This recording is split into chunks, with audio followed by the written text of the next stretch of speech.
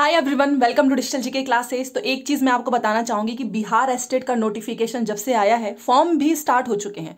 कल से ही आप जानते हो कि फॉर्म स्टार्ट हो चुका है और अगस्त में ही उसकी लास्ट डेट है। और सितंबर में जो है इनका एग्जाम की डेट बता दिया गया कि आपका एग्जाम की डेट नहीं बट फिर भी मंथ बता दिया गया कि टेंटेटिव आपका सितंबर है। ओके, यहाँ पर सबसे ज़्यादा क्वेश्चन जो कि जेन्युइन भी क्वेश्चन है कि एस्टेट तो एक क्वालिफाइंग नेचर का एग्जाम है, बट आप यहाँ पर अपियरिंग वालों को मौका नहीं दे रहे हो।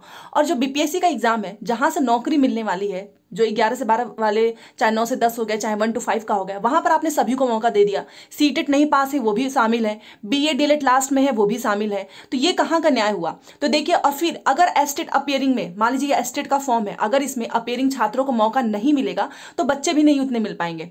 ठीक है, तो जितना ज्यादा बच्चे रहेंगे तो उसमें से फिर जो सबसे टॉप स्टूडेंट्स होते हैं, जिनके नंबर ज्यादा आएंगे, वो एक शिक्षक बनेंगे, तो जिससे कि बच्चों का भविष्य भी आप जानते ही हो ब्राइट होगा। ओके, फिलहाल तो आप कल का देख ही सकते हो, उनका एक जो नया संशोधन हुआ है 75 वाला, कि हम 75% सीट भर देंगे चाहे जितना भी नीचे हमको जाना पड़े। ठीक है, तो मैं आपको एक चीज बताने वाली हूँ कि देखिए, आपको बिल्कुल भी मायूस नहीं होना है, क्योंकि यहाँ पर भी अपियरिंग छात्रों को मौका मिलेगा बहुत जल्द, और मैं आपको अभी दिखाने वाली भी हूँ। साथ में एक चीज और मैं बताऊंगी कि अदर स्टेट वाले जितने भी बच्चे हैं, एक बात याद रखो, अगर आप 9 से 10, 11 से 12 में शिक्षक बनना चाहते हैं, आगे मान लो भर्ती आती है, तो आपके पास एस्टेट होना चाहिए पास। तो अदर स्टेट के कहीं के भी आप स्टूडेंट हो, किसी भी राज्य के हैं, आप आराम से इसमें बैठ सकते हो, अगर आपने बीएड आपके पास है तो।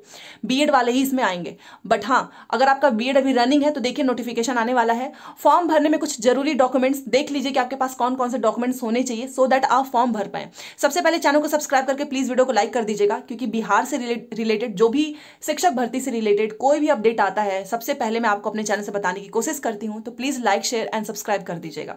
चलो देखते हैं। देखिए, ये आज ही की न्यूज़ है, इसलिए मैं आपको बता रही हूँ। और एक चीज़ तो मैंने देखा है कि बिहार में कोई भी चीज़ें जो ऑफिस में इनकी मीटिंग होती है, बैठक होती है, और आप देखते हो कि न्यूज़पेपर में निकलता है, वो एज इट इज़ सही होता है। जो जो चीज़ें अभी तक हुई है वो सब कुछ एकदम सही होता है। तो मे भी यहाँ के जो न्यूज़पेपर में इन्फॉर्मेशन आती है वो एकदम करेक्ट है, इसलिए आपको ये जानना भी चाहिए। और ये आज की इन्फॉर्मेशन है कि बीपीएससी की ओर से अध्यापक नियुक्ति के लिए परीक्षा का आयोजन 24 से 27 अगस्त के बीच में है। इसी बीच में इन्होंने एस्टेट निकाल दिया। तो एस्टेट के रिजल्ट के बाद एक तरह से ये देखा जा रहा है कि अगर एस्टेट, मान लो ये एस्टेट करा रहे हैं, इसके रिजल्ट के बाद से अगर शिक्षक नियुक्ति के लिए परीक्षा हो तो सीटें खाली नहीं रहेंगी, क्योंकि कल आया है 75%। तो एक ये चीज भी आ रही है कि मान लो अभी आप पेपर ले रहे हो ना, 9 से 10, 11 से 12 का, तो अगर एस्टेट का पेपर हो जाता अभी वाला, उसके बाद से ये भर्ती वाली परीक्षा होती तो सीट खाली ही नहीं रहती, बच्चे ज्यादा मिल जाते, अपीयरिंग वाले भी शामिल हो जाते। जैसे अभी अपीयरिंग वाले बच्चे शामिल ही तो है ना, बीएड वाले ही। तो ये यहाँ पर देखिए, 11 से 11वीं 12वीं में नियुक्ति प्रक्रिया के बाद भी कई विषयों में नहीं मिलेंगे शिक्षक, बट अगर ये पहले ही पेपर ले लेंगे भर्ती परीक्षा 9 से 10, 11 से 12 का, तो सीट तो ऑब्वियस सी बात है खाली रहेगी। और कई विषय में, क्योंकि देखो अलग अलग विषय का होता है ना, कि जरूरी नहीं कि सारे बच्चे उसी सब्जेक्ट्स के जो है वो स्टूडेंट हो, तो शिक्षक तो मिलेंगे नहीं। तो ये चीज है। बाकी यहाँ पर आप देख सकते हो अपियरिंग छात्रों को, यहाँ पर देखिए, इस चीज को देखिए, अपियरिंग छात्रों को परीक्षा का मौका मिले तो अधिक अभ्यर्थी आवेदन करेंगे। मतलब अभी जो आपका जस्ट लास्ट सेमेस्टर ही होगा, जैसे कि आप बीपीएससी में बैठे हुए हैं, वैसे ही इन सभी बच्चों को भी यहाँ पर मौका मिलना चाहिए। एक चीज तो है, देखो एस्टेट में भी गवर्नमेंट चाहेगी कि ज्यादा से ज्यादा फॉर्म भरे, तो इसलिए आपको परेशान बिल्कुल भी नहीं होना है। चाहे आपने बीएड किया है और आपने पीजी किया है, आपका रनिंग मतलब लास्ट सेमेस्टर है, तो आप इसमें आराम से बैठ सकते हो। देखो कैसे, देखिए, अगर एसटीटी 2023 के वर्तमान अभ्यर्थियों के रिजल्ट के बाद परीक्षा होती है, मतलब ये जो अभी एग्जाम हो रहा है होगा जो, तो इस गैप को पाटा जा सकता है। अन्यथा 11वीं 12वीं में नियुक्ति प्रक्रिया के बाद भी कई विषयों में पर्याप्त शिक्षक जो है स्कूल में नहीं मिल सकेंगे। देखो, एक तो पहली बात, ये एस्टेट इनका कितना मतलब उल्टा पुल्टा है। अगर इनको एस्टेट लेना ही था तो एक महीना पहले सबसे पहले तो आपको एस्टेट का एग्जाम लेना चाहिए था, 9 से 10, 11 से 12 का। उसके बाद से आप भर्ती परीक्षा करते तो शायद 9 से 10, 11 से 12 में इतनी जो है बुरी स्थिति नहीं होती कि बच्चे ही नहीं मिलते, नहीं मिल रहे हैं आपको। ठीक है, बट अब क्या किया जा सकता है, इन्होंने सबसे पहले सोचा कि हम भर्ती परीक्षा कराएंगे, उसके बाद से एस्टेट कराएंगे। तो अगर ऐसा होता तो बच्चे भी ज्यादा मिलते। वहीं अगर एस्टेट में बीएड के अपियरिंग छात्रों को परीक्षा का मौका मिलता है, ये अभी की बात हो रही है, अगर मिलता है तो एस्टेट परीक्षा के लिए अत्यधिक अभ्यर्थी जो है आवेदन करेंगे। इससे शिक्षक नियुक्ति प्रक्रिया में एक तो सभी को मौका भी मिल जाएगा और अधिक से अधिक सीटों पर शिक्षकों की बहाली हो सकेगी। मतलब जितनी सीट होगी उससे अगर डबल बच्चे रहते हैं या ट्रिपल बच्चे रहते हैं तो सारी सीट तो भरी जाएगी ना, क्योंकि नंबर तो सबके आ ही जाएंगे अच्छे खासे। तो ये चीज है। तो इसीलिए अपियरिंग में जो भी है, अगर आप सभी को मौका जरूर मिलेगा, क्योंकि ऐसा हो नहीं सकता है कि नौकरी वाले में मौका मिले और इसमें ना मिले। तो इसलिए आपको परेशान नहीं होना है। और यहां पर एक चीज और मैं आपको दिखाना चाहूंगी, ये देखिए, यहां पर देखिए,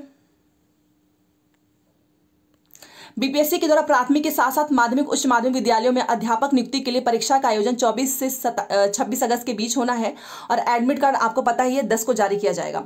तो ये तो हो ही चुका है। और जबकि एस्टेट 2023 के लिए आवेदन 23 अगस्त तक ऑनलाइन लिया जाएगा। स्पष्ट है कि एस्टेट अभ्यर्थी वर्तमान नियुक्ति प्रक्रिया में शामिल नहीं हो सकेंगे। ठीक है, ऑब्वियस सी बात है ना, क्योंकि जो बच्चे फॉर्म भरेंगे वो कहाँ से शामिल हो पाएंगे। जब तक कि नियुक्ति परीक्षा की तिथि तब तक नहीं बढ़ाई जाए जब तक एस्टेट परीक्षा का रिजल्ट ना आ जाए। अगर ऐसा होता है मतलब जब तक कि नियुक्ति परीक्षा जो है ना ये आपका, इसकी तिथि तब तक ना बढ़ाई जाए जब तक एस्टेट परीक्षा का रिजल्ट ना आ जाए। जैसे कि जो अभी मान लीजिए एस्टेट का पेपर होता है, उसका रिजल्ट आता है, उसके बाद से अगर भर्ती परीक्षा होगी तो सारे बच्चों को मौका मिलेगा। तो इससे क्या होगा ना कि अगर ऐसा होगा तो नियुक्ति प्रक्रिया में सीटें खाली नहीं रहेंगी। क्योंकि आप यहां पर देखिए, क्योंकि 11 से 12 में शिक्षकों के लिए केवल 57,000 सीट के विरुद्ध सिर्फ 40,000 आवेदन हुआ है। सोचिए 40,000, बाकी तो सीट खाली ही रह जाएगी ना। 40,000 के बाद से मान लो अगर ये फेल वाले बच्चों को भी लेते हैं तो भी तो सीट खाली ही रह जाएगी बाकी अन्य सीटों में से। तो आप समझ ही सकते हो। और यहाँ पर देखिए ये जो एस्टेट का जो लोग फॉर्म भरेंगे तो देखो फॉर्म तो जो लोग एलिजिबल हैं वो फॉर्म भर दो। बाकी अपीयरिंग वालों का भी नोटिस जरूर आएगा, वो मैं आपको बता दूंगी। यहाँ पर देखिए एग्जाम में आपका नॉर्मलाइजेशन मेथड किया जाएगा क्योंकि अलग अलग पालियों में आपकी परीक्षा होगी और विशेष पाली के अभ्यर्थियों को लाभ या हानि ना हो, इसी के लिए नॉर्मलाइजेशन किया जाएगा। एक बार देख लो नॉर्मलाइजेशन कैसे होगा। अगर किसी विद्यार्थी को 76 अंक प्राप्त किया गया है और वह उत्तीर्ण हो चुका है लेकिन नॉर्मलाइज प्रक्रिया में उसको 74.90 अंक प्राप्त होता है तो वह फेल घोषित किया जाएगा। ये होता ही है। मान लीजिए आपके नंबर कम हो गए, आप कहाँ पास थे, नंबर कम हो गया नॉर्मलाइजेशन में, तो आप फेल हो जाएंगे। परीक्षा में उत्तीर्ण सभी अभ्यर्थियों को पेपर 1 एंड पेपर 2 का प्रमाण पत्र दिया जाएगा, जैसे सीटेट का प्रमाण पत्र होता है वैसे ही। और ये आपकी लाइफ टाइम है इसकी वैलिडिटी। अभ्यर्थियों का पास प्रतिशत कोटि अनुसार दिया जाता है, जैसे कि कल मैंने आपको बताया ही था। पेपर क्या होगा, तो पेपर में बहुविकल्पीय प्रश्न होंगे, नेगेटिव मार्किंग होगी नहीं। प्रत्येक प्रश्न 1 अंक का है, नेगेटिव मार्किंग बिल्कुल भी नहीं है। 150 प्रश्न पूछे जाएंगे, 100 आपके विषय से रिलेटेड हैं और 50 आपके शिक्षण कला से हैं। ठीक है, अगर आपने गलत उत्तर दे भी दिया तो कोई बात नहीं, नंबर नहीं काटा जाएगा। अच्छा, डॉक्यूमेंट्स एक बार देख लीजिए। 10वीं से पीजी व बीएड का अंक व प्रमाण पत्र अपलोड करना होगा। देखिए आपके पास हर 10 का, 12 का, ग्रेजुएशन का, पीजी हो गया, बीएड हो गया, इन सभी का अंक पत्र और प्रमाण पत्र होना चाहिए। साथ में बिहार के हैं आप तो आपके पास आरक्षण के लिए भी जाति का हो गया। और महिलाएं जो है खास तौर पर अपने फादर के नेम एंड एड्रेस से ही बनवाएंगी। ठीक है, तो यहाँ पर देखिए 10 से 12 हो गया, आपका ग्रेजुएशन हो गया, आपका पीजी हो गया, आपका बीएड हो गया, इन सभी का आपके पास अंक पत्र एवं प्रमाण पत्र के साथ अगर कोई शैक्षणिक योग्यता है अलग से भी तो वो भी, साथ में जाति प्रमाण पत्र और आवासीय प्रमाण पत्र को आवेदन के साथ अपलोड करना है। तो बहुत से बच्चे तो बनवाए ही होंगे क्योंकि आपने फॉर्म भरने के लिए बनवाया होगा, वही वाला आप अपलोड कर सकते हैं। और आयु मैंने आपको बता दिया 37 वर्ष है। और अनारक्षित महिला हो गई या फिर जो इसमें देखिए अनारक्षित महिला हो गई। ठीक है, पिछड़ा वर्ग, अति पिछड़ा वर्ग, महिला पुरुष के लिए 40 वर्ष अधिकतम आयु सीमा निर्धारित किया गया है। और अनुसूचित जाति जनजाति पुरुष महिलाओं के लिए 42 है। ठीक है, और दिव्यांग को 10 वर्ष की छूट दी गई है। वहीं भूतपूर्व सैनिक अभ्यर्थियों की अधिकतम सीमा में 3 वर्ष की छूट दी जाएगी, जो 57 वर्ष से अधिक नहीं होना चाहिए।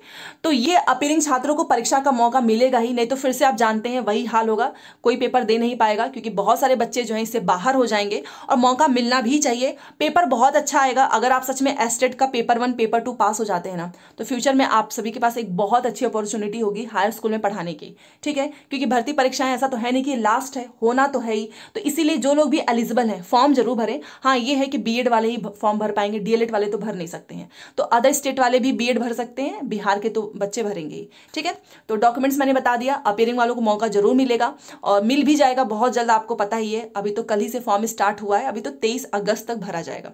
तो आई होप आपको समझ में आया होगा। कोई भी डाउट हो कमेंट कर देना। मिलते हैं नेक्स्ट क्लास में। Thanks for watching.